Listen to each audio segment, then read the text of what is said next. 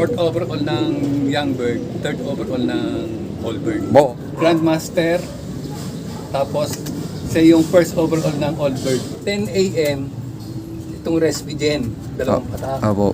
Tapos, pag ano ka ng reload, mga 1 p.m., dalawang patak naman. Pagka, after 1 hour, yung El Carne naman.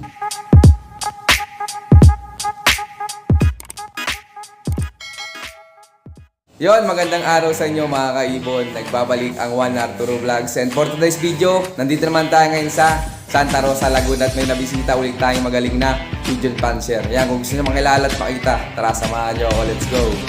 Magandang hapon sa inyo, mga kalapatid.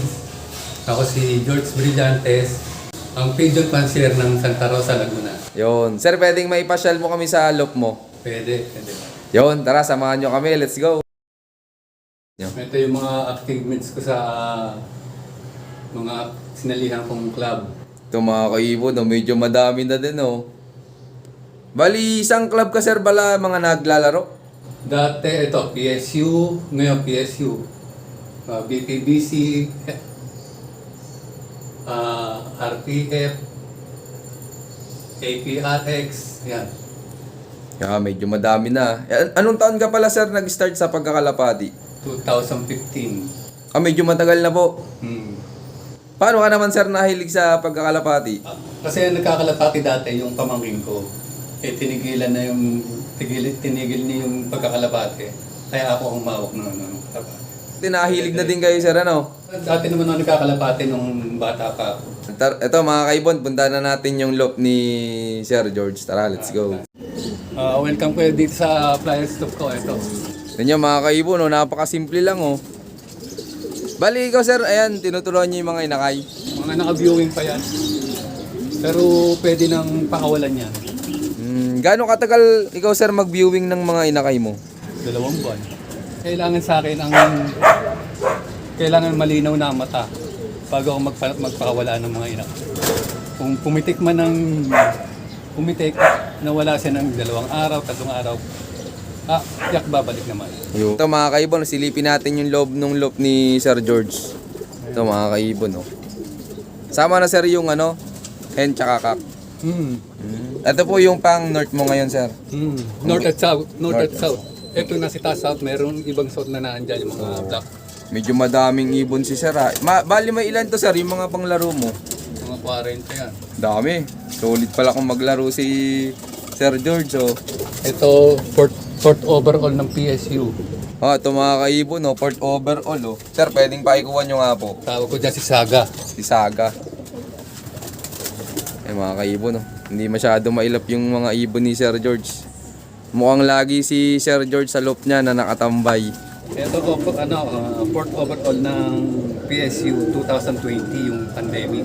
Fourth overall ng Young Bird, third overall ng Old Bird. Ayos ito mga kaibon Anong bloodline na to sir? Mariano Lee. Mariano Lee pala Saan po yan sir? Sa north or sa south? North. Okay. Last na nila yung Gonzaga. Kaya tawag ko dito si Saga. Saang lugar yon sir yung Gonzaga? Ng Cagayan de Oro. Yun ang last lap. Kamusta naman yan sir nung kinakarera mo simula first lap derby? Maganda naman to. Maganda. Uwi niya. Saka yung pag-recover niya mabilis.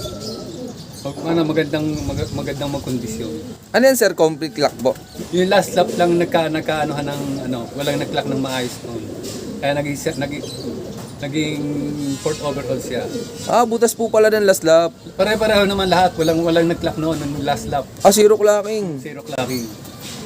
Buti na lang sir, nakapwesto na agad yung ibon mo bago sumabit yung last lap.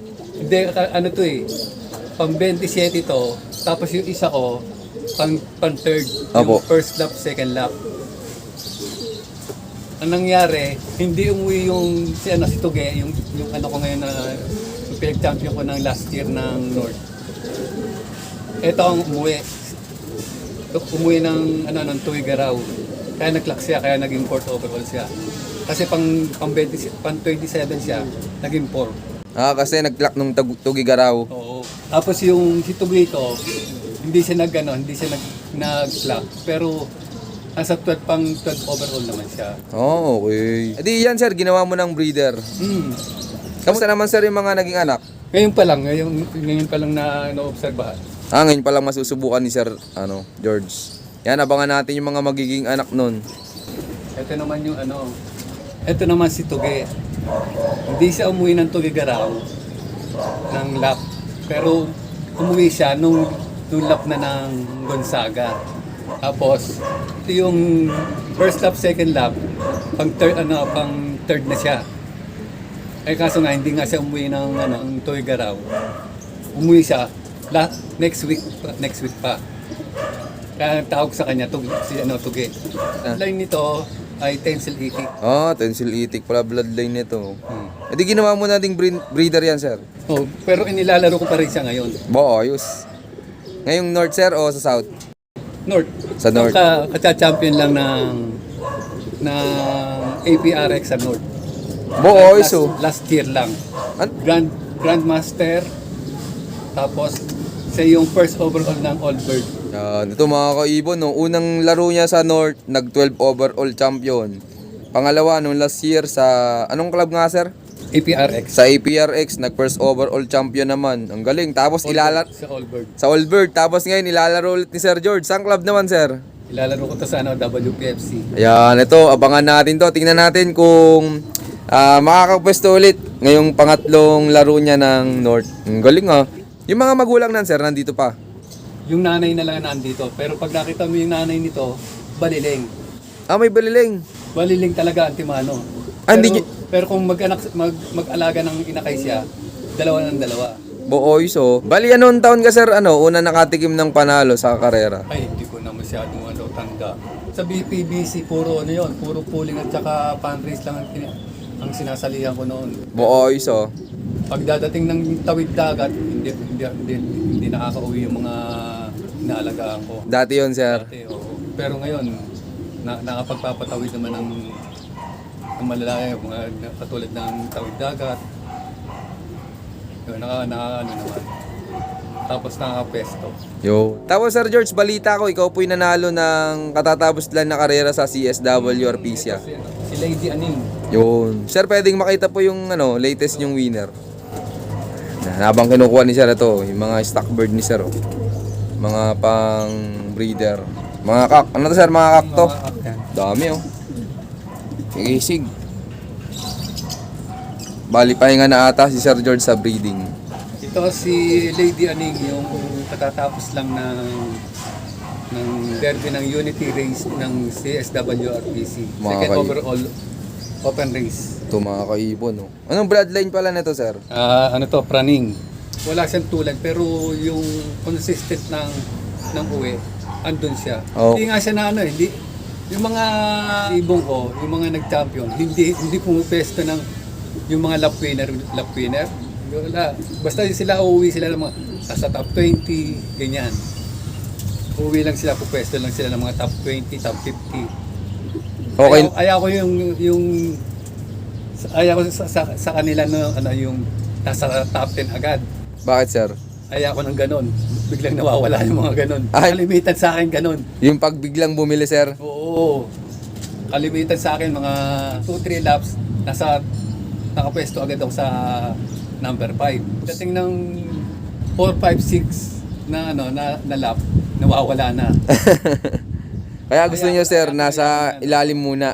Bali, kamusta po pala yan, sir, nung kinakarera mo? Nung nadali na yung nylon, nasakitan. Sumabit sa lambat? Oo. Ito mga kaibon, sumabit pala sa lambat. Anong lap, sir, nung sumabit yan sa lambat? Summer race ng CSW RPC. Di cut off na siya? May cut off siya ng first lap, yung kalapan. Bali, siya, sir, nilaro nyo na noon sa summer race. Oo. Tapos nung umuwi siya nung Katiklan, sabi ko ilalaro ko uli siya ng CSW RPC ng Unity Race. Kamusta naman yan, sir, nung nilalaro mo na sa Unity Race nung derby na? Uwi lang siya ng uwi. Hindi siya yung nagsasabihin mo nasa top 10 yung yung pag-uwi niya. Nasa top 15, top 20, ganun lang siya. Gagawin mo nating breeder yan, sir.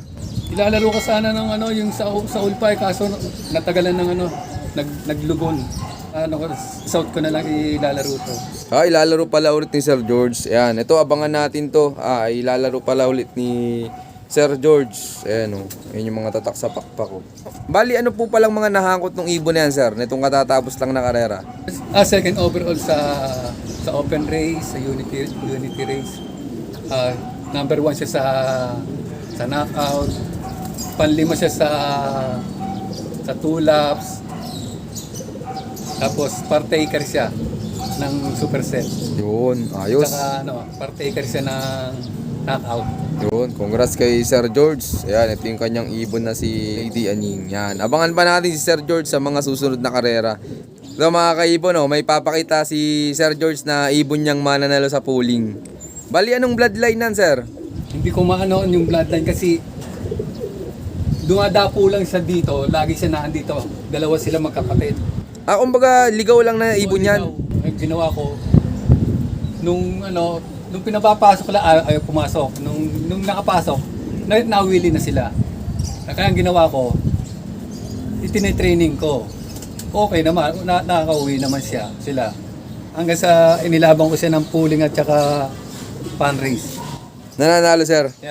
Yan ang niya, marami siyang panalo sa pooling at saka fan race. Boy, so, may ilang best na nanalo ng pooling yan, sir? Hindi ko na alam kung ilan ang panalo nito. May ilang ba 10 na, sir? Lampas. Ayos, so. Pan race. Anong pwesto nan sa pan race? Champion, third, second, ganun. Madami, sir, ano? Magaling to, Speedbird, to. Nung pandemic na palaro ni Raymond Rizare.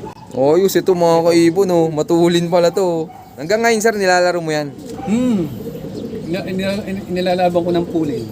Nakakadali pa rin naman. Ayos, Hindi mo na, sir, na i-derby yan? Hindi, kasi nung may kapares siya na pan-derby, same motivation. Okay, kaya hindi mo na tinutuloy.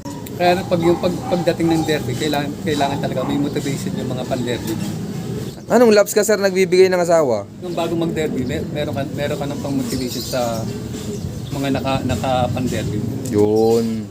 Buti, sir, hindi inaabot ng mga pag-iitlog tsaka pagpipisa, Merong iba inaabot talaga. Yung may inakay naman, inaano ko sila sa patoka. Dagdag yung patoka. Sinusuportahan na lang ni Sir George. Yun, maraming salamat, Sir George. Ayan, abangan pa natin tong ibon na to na naligaw lang dito. Ipanlalaban pa rin ni Sir George sa pooling. Yun, congrats kay Sir George. Ito mga kaibon, mag-share si Sir George ng kanyang mga ginagawa kapag derby na. Tsaka kung anong mga binibigay niya sa ibon niya. Ito, yung mga bago mag-derby, last 3 training, nagbibigay na agad ako. Para pagdating ng derby, absorb na ng ibon yung pagbibigay mo ng mga gamot. Kumbaga, sir, hindi na mabibigla. Meron kasi yung first lap saka ka lang magbibigay. Kailangan 3 weeks bago mag-derby, magbigay ka na. Ano dyan, sir, yung mga binibigay mo? Bago mag-loading, mag-ano ka ng 10 a.m. itong Respigen, 2 patak. Opo. Tapos, pag-ano ka ng reload, mga 1 p.m., 2 patak naman. After 1 hour, yung El Carne naman, 2 p.m., 2 patak din yun. Opo. Before ko mag-feeding ng mag-ano ka muna ng El Carne. Tsaka ng reload. After 1 hour yun.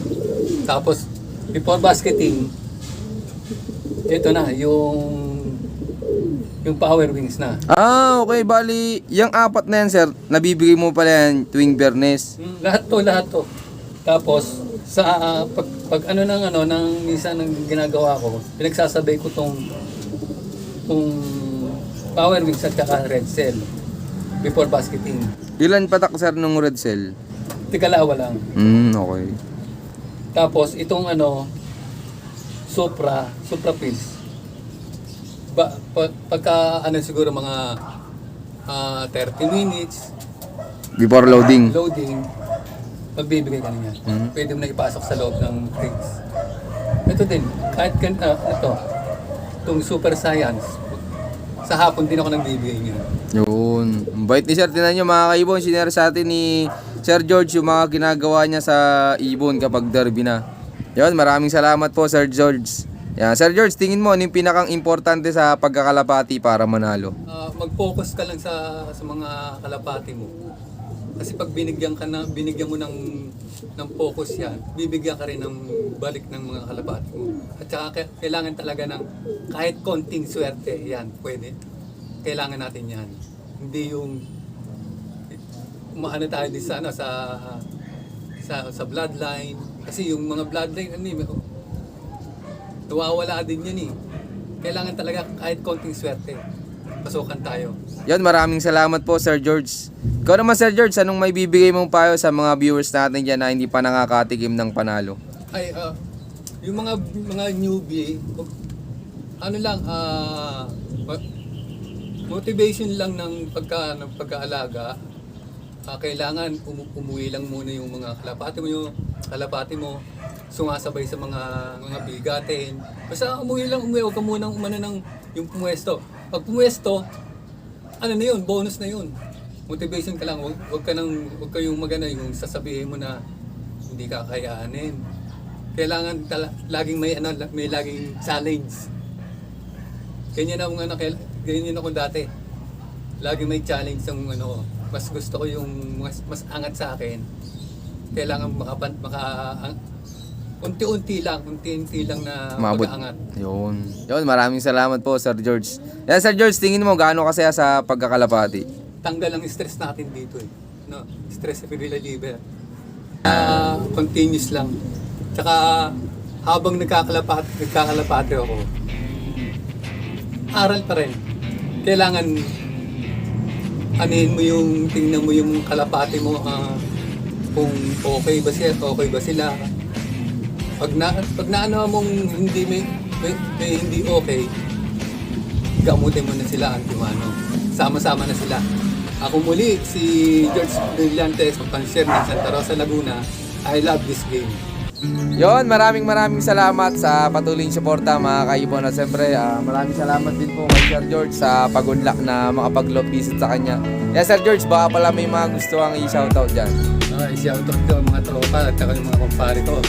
Si paring Johnny Hale Basbas, si Mau Amarante, sila Louie Amaranta, Louie Buena, si Orly Dia, si Darwin Barreto, si Arvin Fernandez, si Ching Garcia, si Janjan Mesia, sila Jun Aloha, at sa mga tropa na sa pamangkin ko si Toy Beat at sa pinsan ko si Pete Bunny, si Wayne. Okay, pasensya kayo yung mga nakakalimutan ko. Si Tata Julio, Tari Julio, si Eric Carpena, ano ba? Si Joms Salandanan at saka si Mandy Tibelan at saka si paring B-Boy Lacerna. Kasi si Master Rolando Tiempo. Yon, shoutout sa inyo lahat at siyempre shoutout sa lahat ng mga patuloy na sumusuporta dyan at abangan nyo pa yung mga susunod kong follow-up visit sa iyo na keep watching and God bless you all. Thank you.